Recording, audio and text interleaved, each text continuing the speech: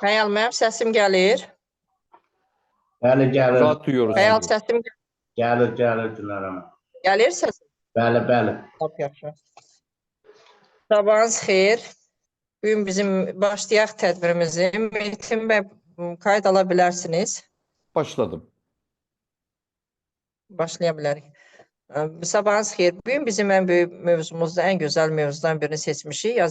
Gəncə Dövlət Tarix Mədəniyyət Qoruğunun Nizami Gəncə filialının demək belə bir seminarı keçirildi. Mədəniyyət Nazirliyinin xətti ilə işğaldan azad olunmuş mədəni irsimiz. Bizim əsas irsimizin qorunması, tarixi abidələrimizi, tarixi günlərimizi, tarixi şəxslərimiz, bunların hamısı bizim üçün mədəni irsdir. Ulu öndərimizin sözü ilə desək, keçmişini tanımayan, gələcəyini keçmiş tarixini bilməyən, gələcəyini heç bir vaxt bilə bilməz. Buna görə bizim qonaqlarımız bugün bizə ən böyük ziyalılarımızdır. Mən təşəkkür edirəm bugünkü gündə onlar bizə qoşulurlar. Bizdə bugün qoşulmalı idi Ülviyə xanım Həmzəyeva, Naxçıvanın Milli Məclisinin deputatı, Mədəniyyət Komitəsinin üzvü. Bugün Allah şəfa versin, əməliyyat olub, o qoşula bilmədi. Pərvin xanım da bizdə.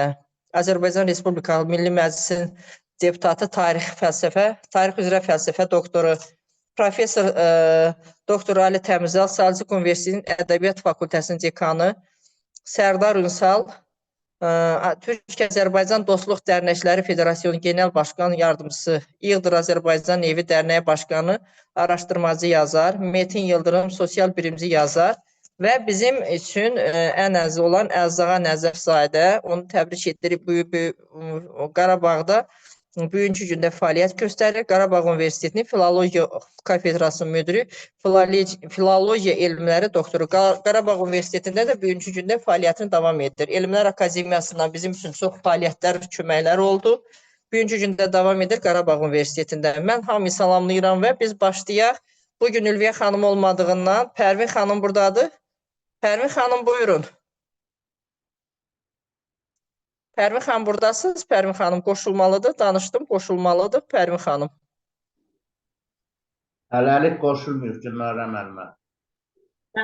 Pərvin xanım qoşulmuyorsa, onda Ali hocamız buradadırmı? Ali Təmizəl. Onunla incə az olaraq danışdım. Dedim, mən qoşulacağım. O da hələ qoşulmuyor. Ay aman. Sərdar Ünsal onda bizim. Sərdar müəllim, biz başlayaq. O birisiləri yenə qoşulaq onda. Sərdar Ünsal, Türk-Azərbaycan Dostluq Dərnəyi Başkanıdır. Sərdar bəy buyurun. Sərdar hocam. Evet, bütün katılımcıları selamlıyorum. Herkese saygılar ve sevgiler gönderiyorum. Bugün Karabağ'da yaşanan olayları geriye gidersek, önce şunu belirteyim. Karabağ'da bir zafer yaşanmıştır. Türk milletinin ikinci zaferidir bu. Çünkü aradan yıllar geçtikten sonra Karabağ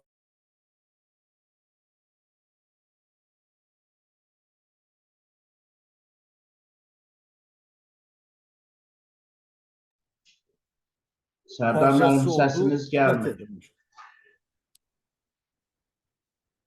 Gelmiyor mu? Bir dakika. İndi gəldi. Evet.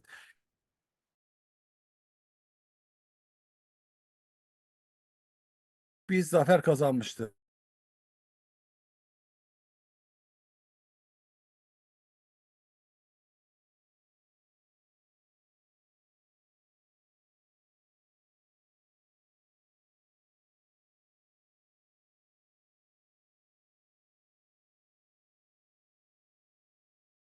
Olarak kullanılmış, buradaki camiler yerle bir edilmişti.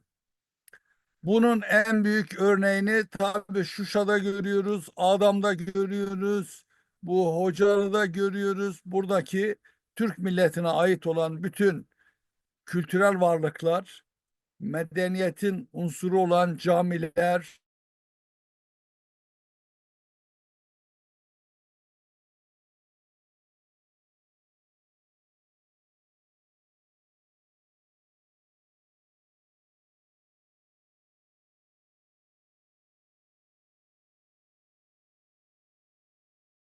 onarıldı. Yepyeniden yapılarak hizmete sokuldu. Bu da büyük bir başarıdır. Bugün Şuşa şehri bir medeniyet şehri olmuştur. Şuşa'ya giden insanlar oradaki Türk milletinin izlerini görmektedir. Böylece Azerbaycan'ın Karabağ dediğimiz bölgesindeki Ermeniler tarafından tahrip edilen medeniyet abideleri, kültür varlıkları yeniden hayat bulmaya başlamıştır. Tabii Ermeniler Karabağ'da 67 camiden 63 tanesini tahrip edip yıkarken maalesef bir dünya buna seyirci kalmıştır. Hiçbir zaman bu konuda da Ermenileri kınamamıştır. Kınamadıkları için de Ermeniler bundan cesaret alarak bütün Azerbaycan medeniyetini Karabağ'da yok etmeyi seçmişlerdir. Çok şükür bugün Azerbaycan'ın bu kültür şehirleri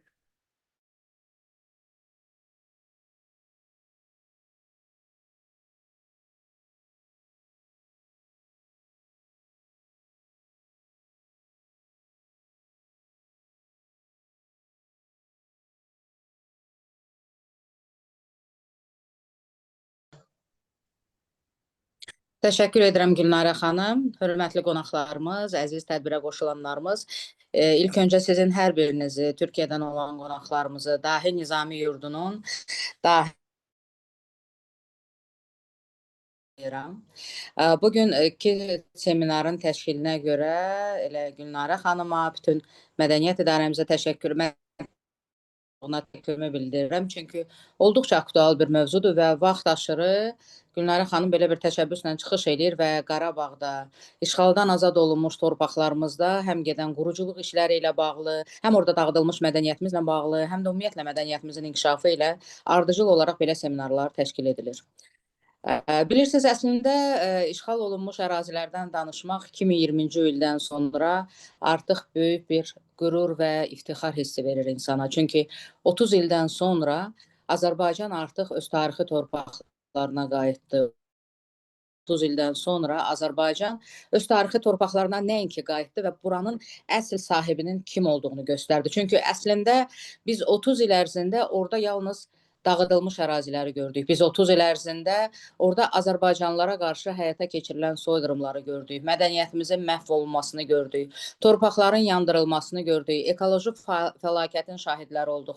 Bunu isə torpağın əsl sahibləri heç vaxt edə bilməzdi. Əksinə, torpağın əsl sahibləri o torpağa həyatı qaytardı və bunun da biz son 4 ildən artıq bir müddətdə, artıq 5-ci ildir ki, o torpaqlarda azan səslənir, o torpaqlara mədəniyyət qayıdır, həyat qayıdır, canlanma baş verir.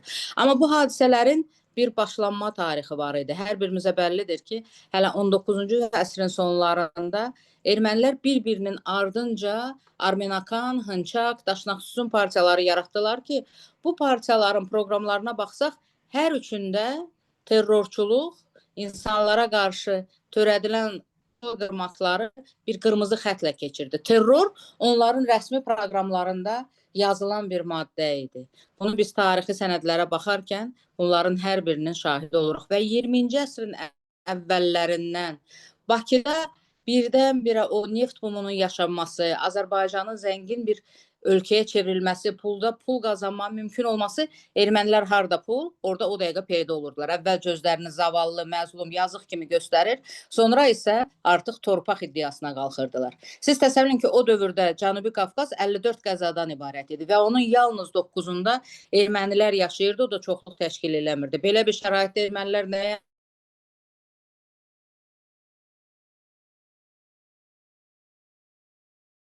nadir xalqlardanıq ki, bir əsrdə bir neçə dəfə soyqırıma məruz qalmışıq.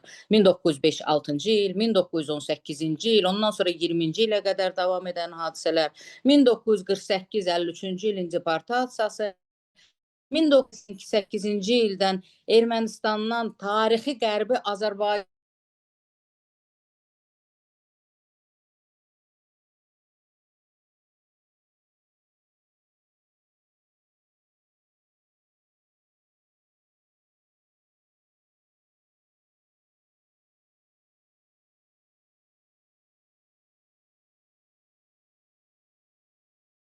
mədəniyyət abidələrinə qarşı vandalizm beynəlxalq cinayət hesab olunur. Bu, bütün konvensiyalarda belədir. Mədəniyyət abidələrinin dağıdılması, məhv olunması, bu bəşəriyyətə qarşı törədilmiş beynəlxalq cinayətdir.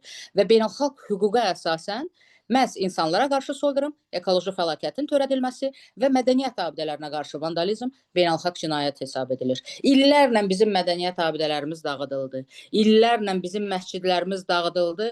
Orada müxtəlif heyvanlar saxlanıldı. Amma dünya buna sustu. Biz sülh yolu ilə bütün məsələləri həll etməyə çalışdıq. Azərbaycan diplomatik yolla bütün məsələləri həll etməyə çalışdı. Dəfələrlə müxtəlif təşkilatlarda məsələlər qaldırıldı. Amma dünya buna sustu və 20-ci ildə Azərbaycan bütün beynəlxalq hüquq normalarına əsas götürərək öz torpaqlarının azadlığına qovuşmaq uğrunda böyük bir hərəkətə başladı və bu hərəkat nəticəsində təkcə insanlar geri qayıtmadı. Mədəni abidələrimiz bərpa olundu. Artıq bizim dağıdılmış Gövhər Ağa məscidi, həm yuxarı Gövhər Ağa məscidi, həm aşağı Gövhər Ağa məscidi bərpa olundu. Biz təkcə məscidlərimizi bərpa etmədik. Biz orada olan, digər dinlərə mənsub olan abidələri də bərpa edirik. Orada bilirsiniz ki, Şuşa şəhərində kilsə var, onun da bərpası bu dəqiqə gedir. Biz təkcə orada belə deyək, təkcə məscidlərimiz dağıdılmadı, təkcə kitabxanalarımız dağıdılmadı, təkcə mədəniyyət evləri dağıdılmadı.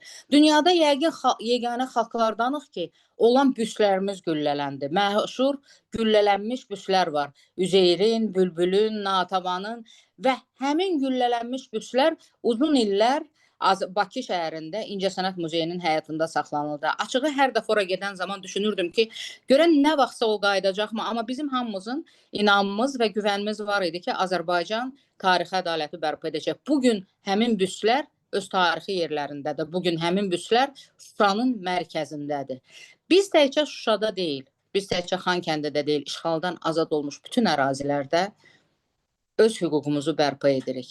Bəlli olduğu kimi Ağdam şəhərində məscidimiz bərpa olunur, Zəngilanda və məşhur tarixi kompleks hesab olunan imarət bugün bərpa olunur. Və bütün bunların hamısının əsasında 3 böyük amil dayanır.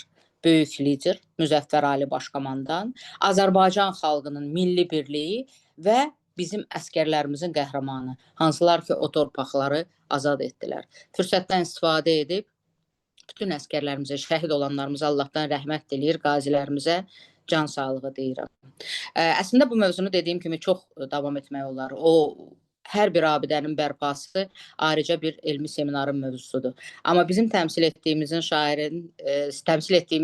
şəhərin böyük nümayəndəsi Nizami Gəncəvi necə deyirdi? Sözün də su kimi lətafəti var, hər sözü az desən daha xoş olar. Ona görə burada mən də öz çıxışımı dayandırıram. Əgər sonra suallar, müzakirələr olsa, məmnuniyyətlə qoşularam. Bir daha Gülnarə xanım, sizə təşəkkür edirəm. Bizə qoşulan, Türkiyədən qoşulan bizim görkəmli nümayəndələrimizə, elm nümayəndələrimizə təşəkkür bildirirəm. Qarabağ Universitetindən bildiyim kimi qoşulmalıydım, mən qoşulub ya yox, çox böyük təşəkkürümü bildirirəm. Sizin təşkilatda çalışan, bu tədbirdə iştirak edən əməkdaşlara təşəkkürümü bildirirəm ki, çünki biz belə tədbirləri keçirməliyik ki, tariximiz unudulmasın. Tarix unudulmayınca o təkrarlanmayacaqdır. Bugün isə Qarabağ Azərbaycandır və nida işarəsi və bundan sonra da hər zaman o torpaqlarda istər həyat necə ki canlanıbdır, mədəniyyətimiz də inkişaf edəcək. Diqqətinizə görə təşəkkür edirəm. Mən sizə təşəkkür edirəm Pərvin xanım, çox sağ olun. Siz bizim üçün ən dəyərli ziyalımızsınız və siz də YouTube-larda da həmişə bizim xalqımız üçün, türklük üçün, Osmanlı dövləti üçün, tarix, özünüz bütün tarixlərdə olan, demək olar ki, YouTube-larda həmişə sizin o nəsihətdə bizim tariximizin yayınlanmasında çox əməyiniz var. Biz sizə təşəkkür edirik Pərvin xanım. İndi kimin sualı olarsa qrup iştirakçıları, onlar əvvəl sonra sizə yenə suallarını hazırlayar, deyərlər. İndi bizim başqa qonağımız var. Ali Təmizəl, Səlcuq Universitetinin Ədəbiyyat Fakültəsinin dekanıdır. Və sağ olsun Ali Təmizəl də bizim Gəncə üçün, Nizami üçün böyük bir demək olar ki, neçə ildir beynəlxalq seminarlarımızı təşkil edir. Bizlə birgə çiyin-çiyinə Nizami tövsiyələrini bütün qoruqlarda yayır. Və eynilə Mövlanə ilə birgə bizim həmişə o demək olar ki 2019-cu ildə bizim Qılınc və Qələm əsərini hesablasaq, Nizami elə bil ki Qarabağda biz qələbə qazanandan sonra ondan sonra bizim Nizami ili oldu. Türkiyədə də Əxilik ili oldu. Bu bizim qardaşlığımızın simvoludur və ona görə də mən təşəkkür edirəm bu gün bizə qoşulan ziyalılarımıza və qoruq həmkarlarımıza. Ali Təmizəl, buyurun hocam, siz buradasınız. Mən sizinlə konuşdum. Buradasınız hocam. Ali hocam buradasınız mı? Ali hocam buyurun. Hocam sesiniz kapalı.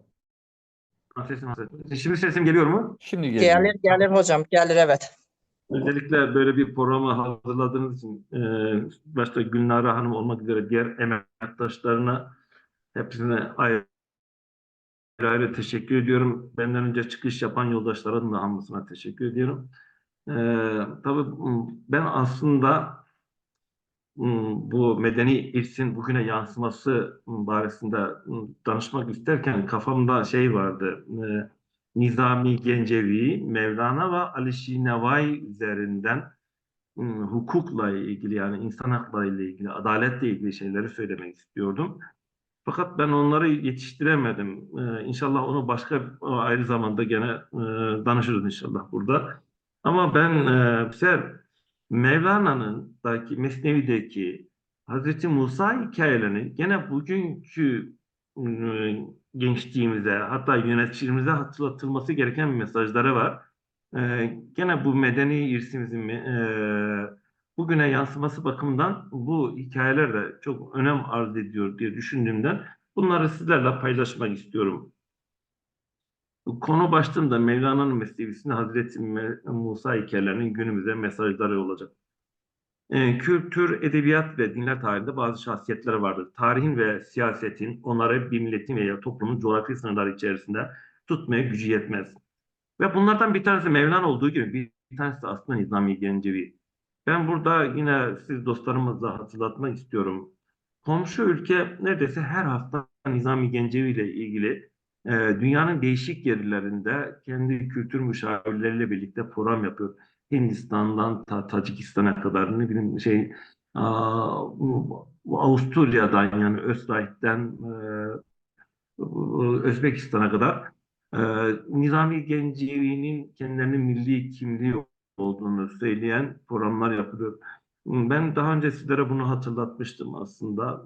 Nizami Gencevi ile ilgili uluslararası büyük bir program yapın fakat bu programı Azerbaycan'da yapmayın. Dünyanın başka bir ülkesinde yaparaktan mesajlarınızı üçüncü bir ülke üzerinden veriniz. Çünkü siz Azerbaycan üzerinden bir program yaptığınızda bunlar diyecekler ki işte bunlar Azerbaycan Türklerinin iddiası. Ama biz başka ayrı bir ülkede bu programı yaparsak oradan bu Nizami Gencevi barisinde çıkışlarımız olursa bu başka bir ülkenin mesajı olarak, oradaki ülke katılımcıların mesajı olarak dünyaya yansıyacaktır. Ben bunu hatırlattıktan sonra tekrar konuma devam etmek istiyorum.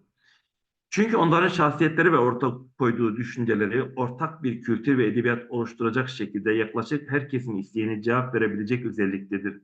Bundan dolayı da bu şahsiyetler toplumların kültür, edebiyat, sanat, folklor ve inançlarında hep yer almışlardır. Hazreti Musa da yaşadığı dönem çobanlığı, insanlarla olan ilişkisi, tecrübesi, peygamberliği ve Firavun sarayında bulunması ve onunla mücadelesi gibi konularda hem tarih alanda hem de edebiyat çevrelerinde kendisinden sıkça söz ettirmiştir. Hazreti Musa'nın adı yaşadığı olaylar tasavvuf edebiyatında özel bir yer bulmuştur ve birçok büyük şair ve alim gibi Mevlana da eserlerinde Musa peygamberden söz etmiştir. Çalışmanın amacı tarihi ve dini bir şahsiyet olan Hazreti Musa'nın tasavvufi bir eserde yer almış olmasının önemini ortaya koymak, ayrıca Mesnevi'deki tarihi ve dini bir şahsiyet üzerine günümüze ulaşan yani medeni irsin yeni nesle hatırlatılmasına çalışılacaktır. Hazreti Musa hakkında çok kısa bir bilgi vermek istiyorum. Bildiğiniz şeyler ama yine de hatırlatmakta fayda var. Tevrat'a göre Musa Levi kabilesinden Amram ve Yokabed'in oğludur. Mısır'da doğmuştur. Musa İsrailoğullarına gönderilen ve kendisine Tevrat indirilen peygamberdir. Yahudilik, Hristiyanlık ve İslam'a göre de büyük bir peygamber ve İsrailoğullarını Firavun'un zulmünden kurtarıp hürriyete kavuşturan bir liderdir. Demek ki dünya Hazreti Adem'den beri dünyada sürekli zulüm vardır, sürekli esarette olanlar vardır, sürekli işgal edilen yerler vardır ve sürekli bunlara karşı mücadele edilen Musalar vardır. Yani her dönemde Firavun da var, Musa da var. Bunu demek istiyorum aslında. Hakkında en önemli kaynak Tevrat ve Kur'an-ı Kerim'dir. Tevrat'ın hemen hemen tamamı Hazreti Musa'nın ve önderliğini yaptığı İsrailoğullarının tarihini içermektedir. İslami gelenekte de Hazreti Musa'ya Kelimullah denilmektedir. Çünkü bildiğiniz gibi Hazreti Musa aracısız olarak Allah'la konuşmuş ve Allah ona vahyini bildirmiştir. Yine Musa peygamberine Kur'an-ı Kerim'de 34 surede ve 136 yerde de zikredilmekte ve Ulul Azm peygamber olarak da bilinmektedir. Mesajlara gelince Mesnevi'deki mesajlara, Mevla'nın meselesinde din büyükleri Nuh, İbrahim, Musa, İsa ve Peygamberimiz gibi ulul azm peygamberler ve diğer peygamberlerin de hikayeleri önemli yer tutmakta. Bu çalışmada ulul azm peygamberlerden olan Hazreti Musa'nın peygamber ile hikayelerinin başlıkları verildi ve hikayelerden örnek beyitleri ve bu beyitler kısaca mesajları dile getirildi. Ama ben burada onların hepsini anlatmayacağım çünkü vaktimizin ne kadar olduğunu biliyorum. Özellikle mesela İnkarkerden Musa Aleyhisselam ber münacatı şoban, yani Musa ve çoban hikayesinde Farsçası bu şekilde de. Bu bir diyalogtur. Bu diyalog semboliktir ve insan ile Allah arasındaki ilişkinin daha derin anlaşılmasına ve gerçeği bilmenin de önemine işaret etmektedir. Aslında bu hikayede Musa ile Allah arasında Musa'nın meleklerin insan yaratılışındaki hikmetini bilmemelerinden ve bu konudaki bilgi eksikliğinden bahsettiği bir diyaloğu içermektedir. Ölüme ve yıkıma yol açan zulüm ve yolsuzluk ateşi gibi sembollere atıfta bulunuyor. Devamında yaşamın karmaşıklığına ve çelişkilerine dikkat ediliyor ve birimizin yaşamının zorluklarından edindiğimiz deneyimlerden ders almamız ve büyüme ve gelişmemize odaklanmamız gerektiği sonucuna varıyor.